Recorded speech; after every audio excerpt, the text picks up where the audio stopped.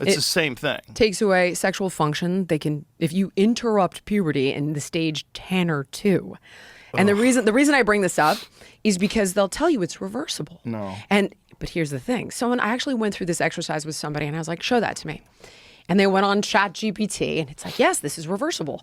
And the argument is that should you have a child that starts puberty at 7 and you use puberty blockers, it's very rare, it can happen, and they do it strategically to slow that down for a child and help them develop at a normal pace, it doesn't sterilize them or make them incapable of having an orgasm. So the distinction that's key is when you block puberty at the stage of 10 or 2, which is arguably the appropriate age that puberty is meant to begin, then you've got sterilization, you've got an inability to ever have an orgasm. It affects bone development, it affects brain development. It gives them strokes.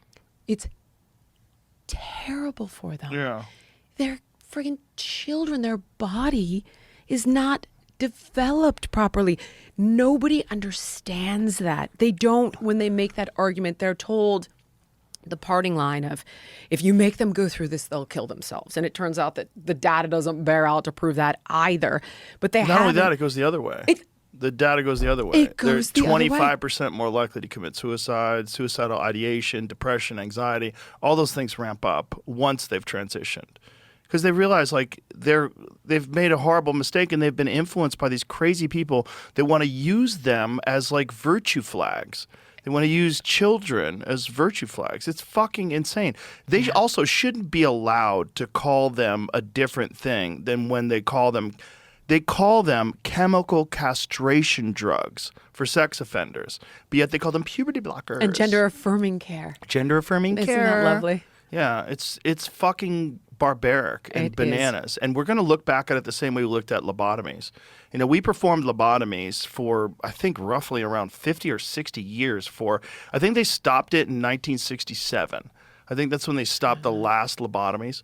And then they realized, like, oh my God, this is a terrible thing to do. But they did it for so fucking long. And this is the same thing that's going to happen with this whole gender affirming care thing for minors. It's crazy. Kids don't know what's going on. You have children, you know what it's like. Oh yeah. They go through phases and cycles. They become tomboys and boys play with dolls. Like, who cares? By the way, a lot of those boys that want to transition, it turns out they're just gay. And if you just leave them and let them be gay, and a lot of my gay friends fucking hate it because they're like, you're trying to erase gay people. And you're trying to say that all these gay people are really in the wrong gender. Gosh, I've never thought of it from that angle.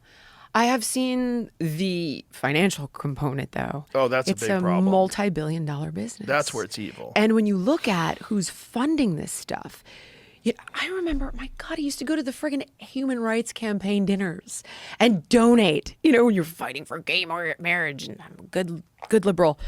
And now, when you go to their page, if they've got a score, and forgive me, I can't remember the friggin' name of it, but there's a score where they rate different medical institutions on how they provide gender-affirming care. And if they get a bad score, it impacts, I think, how much grant money they can get. Mm-hmm. There's a page for this. I believe it's through the HRC on their website. And when you look at who funds it, like Pfizer. Like, oh, that's not at all surprising. One drug, I think Lupron, is almost $1 billion a year business. Boy.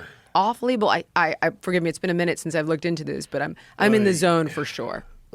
Yeah, terrifying stuff. Well, it's just the money thing is so scary because when money gets attached to anything, all ethics and morals go out the window, and they just try to make as much money from these things as is humanly possible. And they've always done that. Yep, they've always done that across the board with virtually everything, and we're surprised when it happens with children. I don't know. You and I are surprised, but I think most people are not awake at all about it. No, most people aren't awake at all. And if it doesn't affect them personally, they feel like it's important to espouse these beliefs because these beliefs show that you're a good progressive. Yes, 100%. Yeah, it's like people's minds have been co-opted by...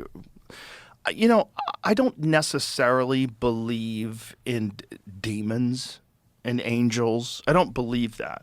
But if you were the devil, Like, wouldn't money be your most valuable tool to get people to do absolutely atrocious, evil things that are going to ruin their lives?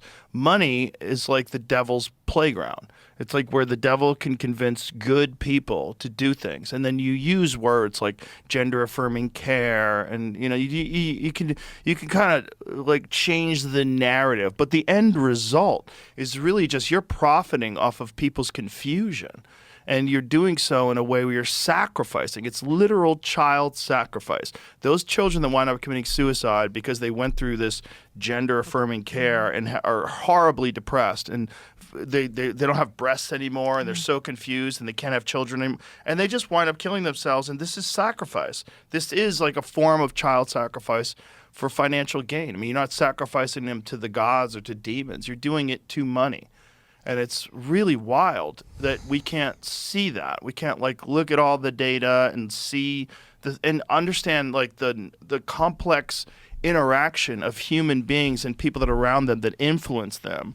And, that they get encouragement, and then they get positive feedback, and then they show up at school wearing lipstick, and everyone's like, you're amazing. You're amazing now, Bobby. Like, now that you're Roberta, like, now you're amazing. You used to be some guy that got stuffed into a locker, and now your girl is incredible. And you're giving them this positive feedback. And it's money, and people are profiting off of it. It's fucking insane, and it's so wild to watch it all play out and realize, like, we are so vulnerable to influence. Human beings are this is why cults exist. This is why people are willing to be religious martyrs and blow themselves up.